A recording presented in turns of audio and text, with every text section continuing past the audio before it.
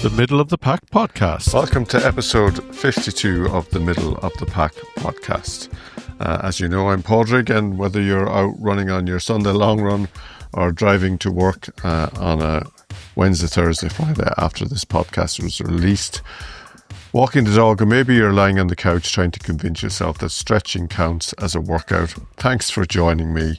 Today's episode is about one thing: Dublin Marathon, or any marathon in and around the time of Dublin Marathon. Now, before anyone panics, this isn't going to be an episode where I tell you need to run 120 kilometres a week, buy 4 pairs of carbon shoes and survive on beetroot juice and chia seeds alone. This is the Middle of the Pack podcast. We do things a little differently around here. We're talking to runners aiming somewhere between a 3:45 or a 4.5 hour marathon, 5 hour marathon. You know the way we are. Runners balancing training with work, with kids, with family, trying to remember if they actually put the bins out. Runners who look at their training plan and think, how am I supposed to fit a 3-hour long run around a Sunday morning or a Saturday morning? If that's you, you're in exactly the right place. Because here's the thing, we're 13 weeks away from the Dublin Marathon. Now, depending on what sort of person you are, you've probably had 1 or 2 reactions. Reaction number 1 will be, brilliant, loads of time. Reaction number 2 will be, 13 weeks, I'm nowhere near ready. I think most of us live somewhere in between those two.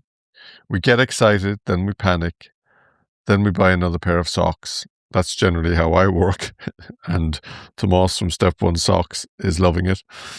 And that's generally how marathon training works as well. We buy new shoes, we buy new gear. But the funny thing about marathon training is no matter how experienced you become, you still wonder if you're doing enough every single year. But before I get too much into the Dublin Marathon, I want to go back to episode 51, where we talked about the London Diamond League. Most of us reference us going to a Athletics Ireland event after the Diamond League at the London Stadium, and it was actually an event organised by Trackside Tours. In the promo for it, they did mention either it was in association with or with the approval of Athletics Ireland, but it was organised by Trackside Tours. And you might have heard Dennis Brown talking about that in his segment. And yeah, a great way to go. And I know currently there is advance access to the 2027 London Diamond League, and Trackside Tours have secured a good quantity of tickets across all ticket categories. So I think it might be either this Saturday or last Saturday they will be opening up their offer for London Diamond League 2027. So we enjoyed the event. It was a great event, and if it's on next year, I'd advise you go. Organised by Trackside Tours, and visit their website. You can Google them for information about getting access to the 2027 London Diamond League. But let's continue our Dublin preparation now, and we'll get into the meat and bones of episode 52. And we were just talking about the doubts and the fears and all the things that creep into your head, particularly around this stage of your marathon preparation, because you see someone on Strava who's just finished a 32-kilometre run before breakfast. Someone else has posted a 10 by 1 kilometre intervals at a pace you couldn't manage on a bicycle. And you start to panic that you're nowhere near good enough. And another person might just casually upload 80 kilometres for the week with the caption, easy week. Easy for who? My wife often will say, sure, that was just an easy run. Sure, that was... And I look at my own paces and I go, jeepers, I wish that was an easy run for me. And everyone is like that. And everyone has their pace. Every pace has a place. And then you look at your own week. One session missed because work ran late. One session missed because it's clashing with strength and conditioning. One session missed because whatever reason. One easy run cut short because the kids needed collecting. A long run squeezed in between football training and doing the grocery shopping. And then suddenly you start questioning everything. Maybe I'm behind. Maybe I'm not ready. Maybe everyone else knows something I don't. Can I let you in on a little secret? Almost everybody feels like that. Even experienced marathon runners have the same thing. I was listening to Josh Kerr on another podcast, don't tell anybody, and he was saying the same thing. It's balancing those doubts with the super confidence that he's definitely going to do it to the super confidence that he wasn't going to do it, and being able to know when to park it as just something that happens as opposed to feeling negative. We're brilliant at comparing our worst week with someone else's highlight reel. And that's exactly why I wanted to make this episode. Because 13 weeks isn't about panic. It's about purpose. It's about making a plan. It's about sticking to that plan, trusting the process. Not perfectly, just consistently. I want today's episode to feel like we're sitting beside each other after a club run having a coffee. No complicated science, no impossible training schedules, just honest conversation about what really matters over the next 3 months. We'll talk about building your weeks, long runs, nutrition, strength work, recovery, the mistakes I've made, the mistakes I still make. And hopefully by the end of this episode, you'll switch this off feeling excited instead of overwhelmed. Oh, and one more thing. I'd absolutely love to follow some of your marathon journeys over the next 13 weeks. If you're training for Dublin, if you fancy coming on the podcast before race day in any of the next 13 weeks, or maybe even afterwards, just to tell us how it all went, I'd love to hear from you. Whether it's your first marathon or your 10th marathon, whether you're chasing 4 hours or simply chasing the finish line, drop me an email at motpire@gmail.com. That's motpire@gmail.com. I'd love to share your story because that's exactly what this podcast is all about. Ordinary runners, extraordinary journeys. So grab your headphones, slow the pace if you're out running, because the next half an hour is all about building towards Dublin. So let's start with a question. What does success look like for you on the 26th of October? Now, before you answer a pint afterwards, I mean during the race, because I think one of the biggest mistakes middle of the pack runners make is setting just one goal, one single goal. Usually it's a time. I've got to break 4 hours, or 3:50, or 4:15, or whatever it might be. And while there's nothing wrong with having a target, if that's your only measure of success, you're setting yourself up for a roller coaster, because marathons are unpredictable. The weather can change. You might have had a bad night's sleep. Your stomach might decide that kilometre 28 is the perfect time to stage a protest. Or you might simply have one of those days where your legs just don't quite have it. That doesn't mean you failed. That doesn't mean things are horrible. It means you've run a marathon. So here's something I've learned, and I wish someone had told me this when I started marathon training all those years ago. Have 3 goals. Goal A, goal B, and a C goal. Your A goal is dream day. Everything goes to plan. The training clicks, the weather behaves, the pace is perfect, the stars align. Maybe that's breaking 4 hours for some. Maybe that's running a personal best. Brilliant. Then there's your B goal, a really solid day. Maybe you don't get your PB, but you execute the race well. You fuel properly, you stay strong, you finish knowing you gave it everything. And that's still fantastic. And then there's goal C, cross the finish line. Because never underestimate how special that is. Do you know how many people say they'd love to run a marathon? Loads. Do you know how many actually commit to training? Way, way, way fewer. And do you know how many stand at that start line in Dublin or Cork or any marathon after months of early mornings, long runs, sore legs, and sacrifice weekends? Even fewer. So don't let one number on your watch define the entire experience. Because whether you finish in 3 hours, 4 hours, or 5 hours, or 7 hours, you've still done something extraordinary. And while we're talking about goals, can we also have a quick chat about comparison? Because if Strava has taught us anything, it's that everybody else seemed to be having the perfect training block. Isn't it amazing? Nobody ever uploads a run with the title, "Well, that was absolutely dreadful." Well, some do actually, but not everybody, as you know. It's always easy 10 miles, average pace, faster than your 5K pace, heart rate apparently 42 beats per minute.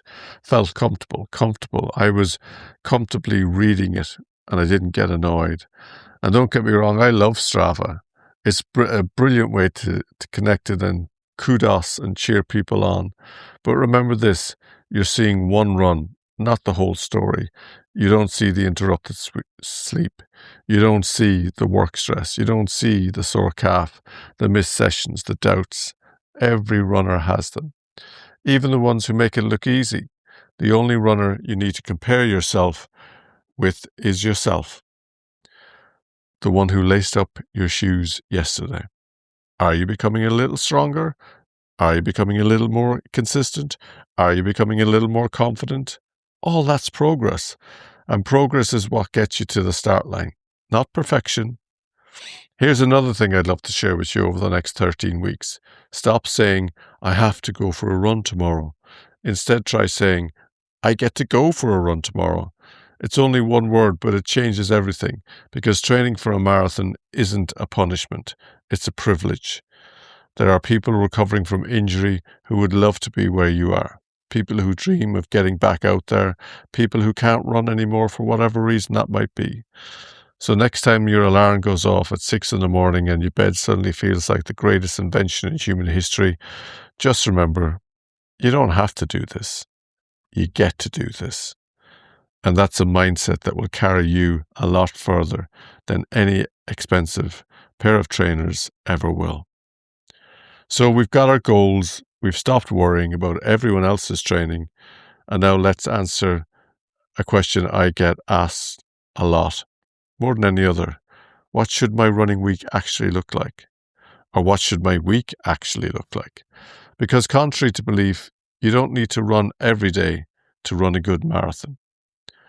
So let's get into the question I probably get asked more than any other. Hey, Padraig, what should my week actually look like? Now, before I answer that, let's clear something up. There isn't one perfect marathon plan. If there was, we'd all buy the same book, do the same sessions, we'd all run exactly the same time. But we're not all the same. Some of us are parents, some of us work shifts, some have jobs that mean we're on our feet all day. Some of us are squeezing runs in before the rest of the house wakes up. Others are running at 9 o'clock at night with a head torch because that's the only time life allows. So don't worry about having the perfect plan. Worry about having the perfect plan that fits your life. Because the best marathon plan in the world is useless if you can't stick to it. Consistency beats perfection every single time. Now, if I was talking to someone aiming somewhere around the 4-hour mark, this is how I'd build the week. Everything revolves around 4 key sessions. Not 7, not 8, 4. The first is your long run. That's the king, the queen, the cornerstone. Miss one easy run, you'll be okay.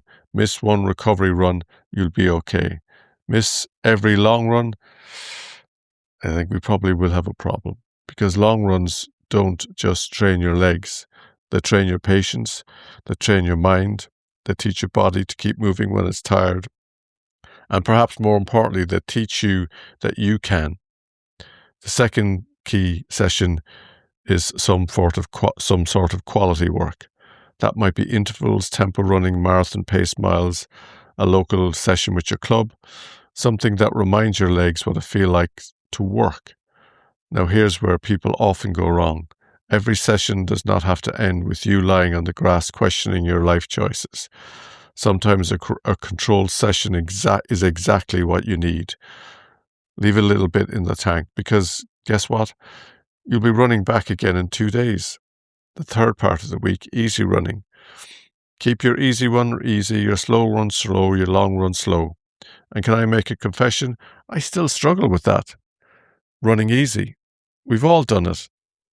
Sometimes I might struggle that I'm actually running too easy. Sometimes I need to pick it up a little bit.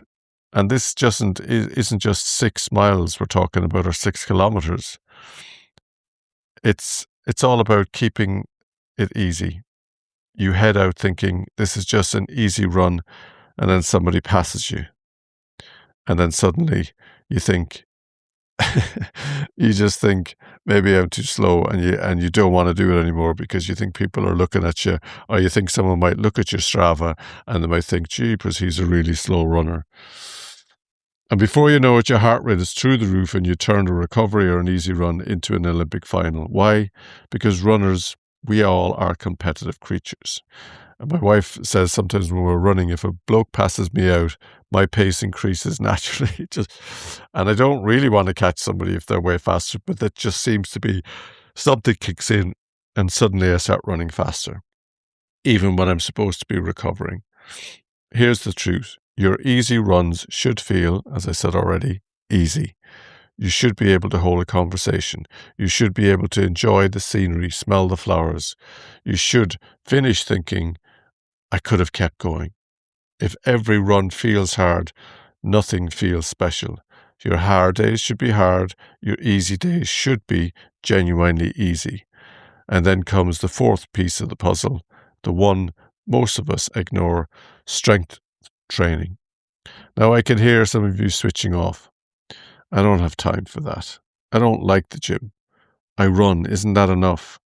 I used to think exactly the same until I realized strength training isn't about building muscles for the beach. It's about staying on the start line. It's about keeping the hips strong, the glutes firing, the calves happy, helping your body cope with thousands and thousands of steps you'll be taking between now and Dublin. And I'm thinking about doing a couple of series on strength and conditioning. So hoping to get someone on from an app, someone on from a group session, and someone on that's going to talk about personal training, because they all have, they can, one cap doesn't fit all. Same with running, same with marathon plans. And I think strength and conditioning, there's many options to help you to keep those glutes firing, to keep the calves happy. And the good news is you don't need an hour. You need 20 to 30 minutes, probably twice a week. That's it. A few squats, some lunges, single leg work, core, hip stability, nothing glamorous. Nobody's posting it on Instagram. But come kilometer 35, you'll be glad that you did. Here's another thing I want everyone to remember over the next 13 weeks. Life will get in the way. It always does. You'll miss a session, work will run late, the kids will get sick, it'll lash rain, you'll go on holidays, something will happen, and when it does, don't try to cram 3 missed runs into 2 days. Marathon training doesn't work like that. 1 missed run changes nothing. 3 panic sessions trying to make up for it might. So when you're tired, you're risking injury. And if you overdo it by cramming in some runs that you missed, you are risking injury. Think of marathon training like building a brick wall. Every run is another brick. If one brick is missing, the wall still stands. Don't knock the whole wall down trying to replace one brick. Just put the next one in place. Keep moving forward. That's how marathons are built. Not with one incredible week, but with 13 pretty good ones. And you know what? Pretty good is more than enough. So we've built our week. We've got our long run, our session, our easy miles, our strength work. Now let's talk about the session that every marathon runner worries about, the long run. Because if there's one workout that builds confidence more than any other, it's that Sunday morning adventure where you leave the house wondering, how on earth am I going to run for 3 hours? And somehow you'll always find a way. So we're talking about the long run. Every Sunday starts the same way. if I know it is for me, I look at my watch, check the weather, look out the window, check the weather. Immediately, we become weather obsessed. In fact, I spend a lot of Saturday looking at the weather as well. Oh, it looks a bit windy. Looks like rain. Maybe I'll give it another half an hour. Oh, I can't. I'm meeting people. They'll all be there. As if the weather is going to ring you and say, good news, Padraig, sunshine will arrive just when you start. Eventually you lace up your shoes and head out the door. For me, it's a lot less than that. Sorry, I have a lot more time than that. I do like to get everything and my gels and everything. But when I get to that start line, shall we call it, the first 5 kilometers are grand. The next 10 settle in nicely. And then around the 2-hour mark, your brain starts negotiating. Do you think you've done enough? This is probably close enough. You'll be grand. Stop your watch now. You've done blah, blah, blah. 26 kilometers is near enough to 30, isn't it? No, it isn't. But here's the thing. The long run isn't about proving how tough you are. It's about teaching your body. It's about time on the legs and teaching your mind to become comfortable being uncomfortable. It's where you learn patience. It's where you learn not to go charging off in the first few miles because you feel amazing, because you can't control yourself on a training run. You'll struggle to control yourself on race day when the crowds are cheering and adrenaline's flowing. And here's one of the biggest mistakes I hear about runners making. They treat every long run like a race. You don't get a medal for your Sunday long run. You don't get a banana at the end. You don't even get t-shirts at the end either. Most of your long runs should feel controlled. They should feel comfortable. And you should finish tired, yes, but feeling like you could have gone another couple of kilometers if you absolutely had to. Remember, the purpose of the long run isn't to impress Strava. It isn't to impress your teammates. It isn't to impress anybody. It's to prepare for your marathon. It's to prepare for Dublin. And some of your longer runs are also the perfect opportunity to rehearse your race day. Wear the shoes you're planning to race in. Not maybe every week, but in some of the key long runs. Practice your gel. You know how much I talk about that. Practice your hydration. Figure out what drink works for you. Learn what your stomach likes, and just as importantly, what it doesn't like. Because marathon day, it's not going to change. If you have a bad reaction to a certain gel, that's going to happen on marathon day, particularly if you try a new one, because it isn't the day to try some new particular gel, because it will turn your stomach upside down. Every long run is another deposit. It's another deposit in the confidence bank. It's another tick to make you feel you are getting stronger. Even when doubt creeps in, and it will, you can look back and say, I've done the work. I've covered the miles. I know all these kilometers that I put in on a Sunday morning have made me realize that I've earned my place on this start line. And that's what the long run gives you, not just fitness. It gives you belief. And that brings me to what I think is the most underrated part of marathon training, recovery. Let's be honest, most runners love talking about the sessions they've completed. Nobody gets excited about 8 hours sleep. Nobody has a Strava upload that is my sleep tonight. I absolutely nailed my hydration. I had a brilliant afternoon nap, because it doesn't work like that. You don't get fitter during the run. You get fitter after the run. The training is simply the signal. Recovery is where your body adapts. That's where you become stronger. So over the next 13 weeks, don't just ask yourself, did I do my run today? Ask yourself, did I recover from yesterday's run? That means eating well, drinking enough water, getting decent sleep wherever life allows. During those 10 minutes of stretching or mobility that we'll promise we'll do and usually don't.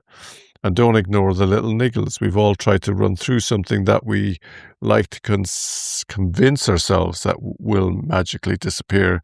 And sometimes it does, but sometimes it becomes 6 weeks injured. And there's a big difference between being uncomfortable and being injured. Learn to recognize the difference. And if your body is telling you it needs an easier day, please listen to it. Don't be the one that will just go on and on and on. Listen to it. Remember, there's no prizes for arriving at the Dublin Marathon start line exhausted. The goal isn't to see how much training you can survive. The goal is to arrive healthy, confident, and excited, because the fittest runner doesn't always have the best marathon.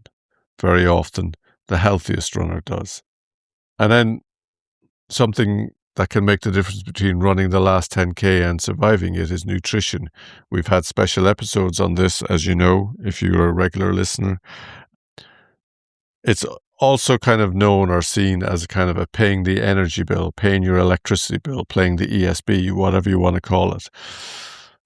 Your car wouldn't get very far if you only half filled it with petrol or diesel or whatever you're on. Every year, thousands of marathon runners spend months preparing their legs and almost no time preparing their stomachs. Here's the golden rule, and I keep saying it, and in every episode people talk about it, we all say it: nothing new on race day. If you're planning to take gels during the marathon, practice taking gels now. If you're going to drink water at every aid station, practice drinking water while you're running. If you're planning on using sports drink, make sure your stomach agrees with them before the big day, because trust me, kilometre 30 is a terrible place to discover that your digestive system has other plans. And don't just fuel your long runs, fuel your recovery too. Get something to eat within an hour afterwards. It doesn't have to be fancy. A sandwich, a bowl of cereal, eggs on toast, a recovery shake, if that's your thing. The important thing is replacing what you've used. Now, here's another mistake I see all the time. People think because they're trying to lose a few pounds, they should run and train on empty. Listen to me, listen to me, listen to me. These next 13 weeks are about performance, not punishment. Your body is doing incredible work. Feed it, respect it, look after it, because the marathon doesn't care how tough you are. At some point, if you don't fuel properly, your body will collect the debt. And when it does, the bill usually arrives somewhere around Heartbreak Hill or Roebuck Road. So don't think of food as a reward for training. Think of it as part of the training. Your long run starts with breakfast, not with the first step out the front door. So we're kind of coming to the end of this show, and I hope that you've enjoyed it so far. And we can kind of finish up by looking at the most important part of marathon training, your mindset, because you've run a marathon before. And if you have, you'll know this. At some point, the marathon starts talking back, usually somewhere around 30 kilometers. Your legs are getting heavy, your pace starts to drift. The crowds are still cheering, but somehow it feels a little quieter. And then that little voice appears: slow down, walk for a minute, you're not going to make it. We've all heard that voice. The difference isn't that some runners don't hear it. The difference is how they answer it. And one of the best pieces of advice I ever got was: don't run the whole marathon in your head. Just run the mile you're in, or the kilometre you're in. You know, I prefer kilometres. But I do see the need to talk about both, because there are two people in this world, two types of runners, the milers and the kilometres, and none is more special than another. And you just got to run the mile or the kilometre you're in. Get to the next water station, get to the next corner, get to the next group of supporters that are going to drive you on. Break the race into little victories, because when you think about 42.2 kilometres, it can feel overwhelming. But one more kilometre, 8 park runs, you can always do one more kilometre. And here's something else I'd love you to remember over these next 13 weeks. Don't spend all your energy worrying about whether you'll make it. Spend your energy preparing to make it.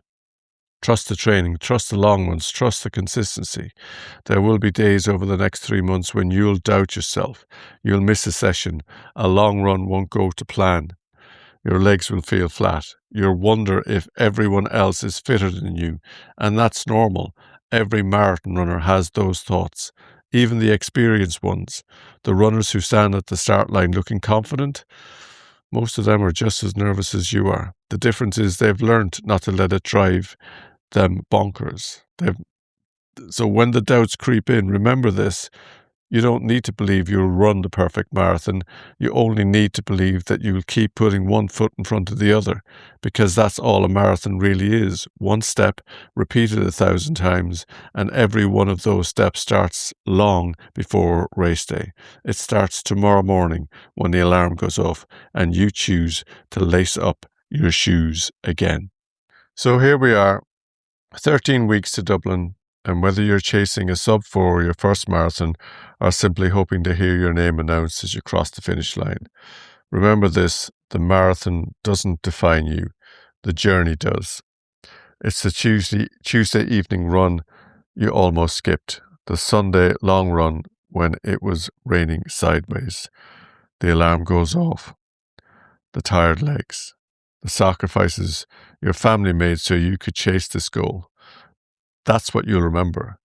And I'd love to follow some of your journeys over the next 13 weeks, as I've said at the beginning. So if you're training for Dublin and fancy coming onto the podcast before the race or after you've crossed that finish line, drop me an email at motprie@gmail.com.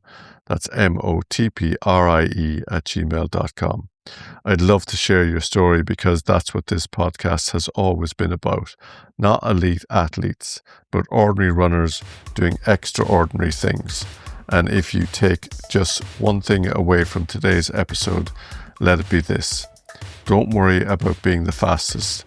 Don't worry about what everyone else is doing. Just keep showing up, trusting the process. Keep putting one foot in front of the other. Because here on the Middle of the Pack podcast, we believe something very simple. The middle of the pack doesn't mean middle effort. It means ordinary people doing extraordinary things, one run at a time. I hope you've enjoyed today's episode, or this week's episode. So for this week,